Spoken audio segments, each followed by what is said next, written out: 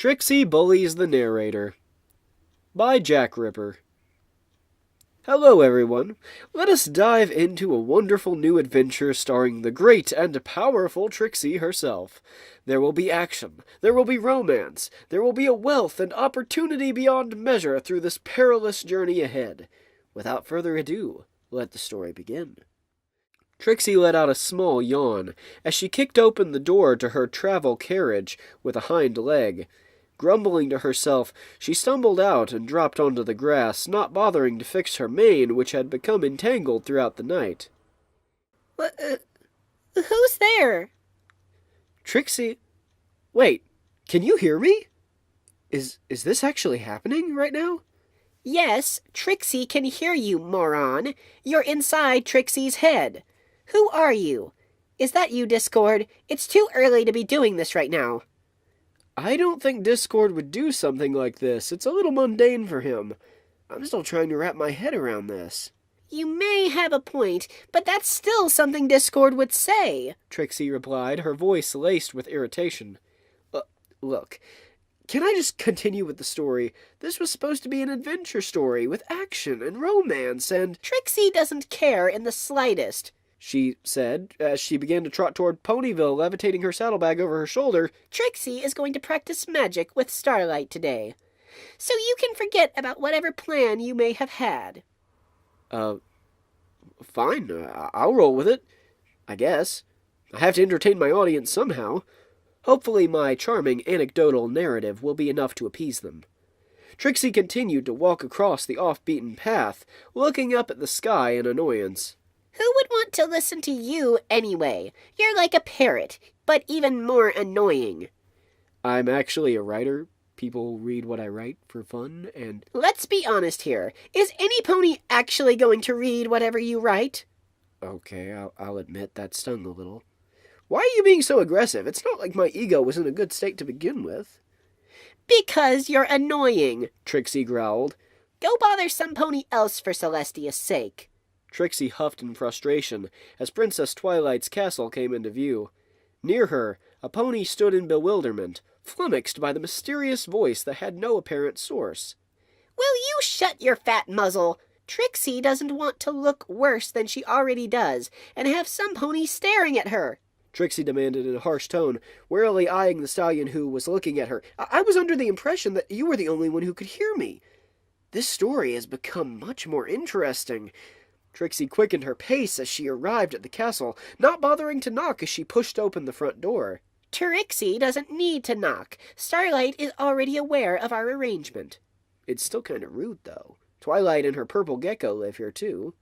A snarky smirk formed on Trixie's face as she began to walk through the main hall, scanning each side for the particular room Starlight was in.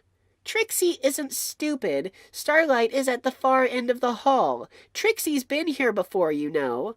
I didn't say you were stupid.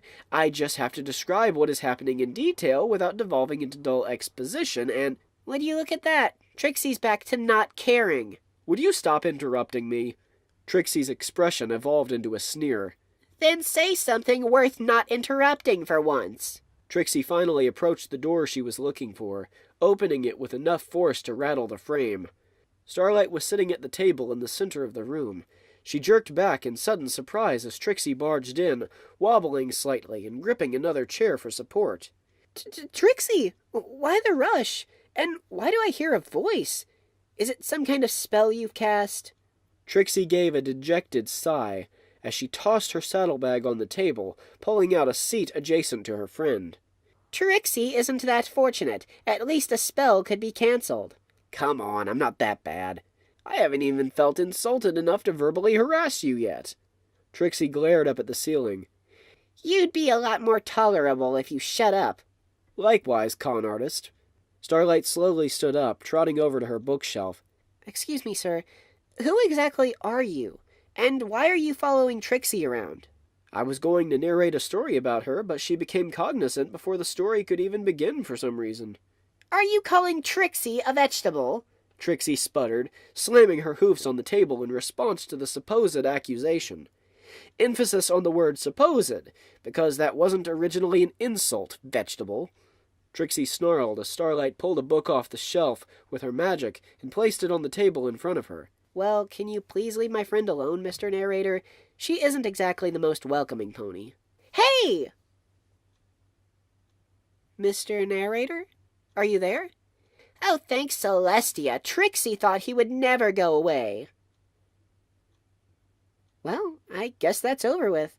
Do you still want to practice magic today, Sorry, I'm back. I went to grab a sandwich. Are we still talking about getting rid of me?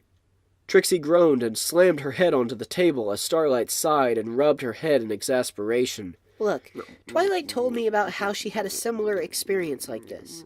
There's a spell that will temporarily remove you, but I'd prefer to solve this in a more civil manner. I am being civil, though. I can't say the same for everyone else in this room.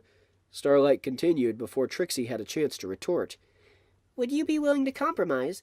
I'll tell you what, if you leave Trixie alone for the rest of the day, I'll let you narrate a sequel. Trixie didn't agree to that, Trixie exclaimed. Well, that offer certainly is tempting. Starlight, don't give him away to annoy me even more, Trixie protested as she continued to whine. I'm not whining!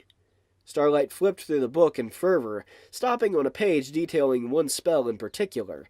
The spell itself was labeled Showstopper. Well, that's awfully convenient to the plot, and mildly irritating at that. Really, Starlight, I was under the impression we didn't mind each other. Sorry, Mr. Narrator. I actually don't mind your company myself, but Trixie clearly doesn't want you hovering around her, so I'm going to cast the spell. Starlight's horn began to produce an incandescent light that illuminated the room, her face straining with the focus as she looked up at the ceiling. Just hurry and cast it, Starlight. Trixie doesn't want to put up with him anymore. Sorry to break it to you, but I'm the one in charge of this story. You can't just end the story when you feel like...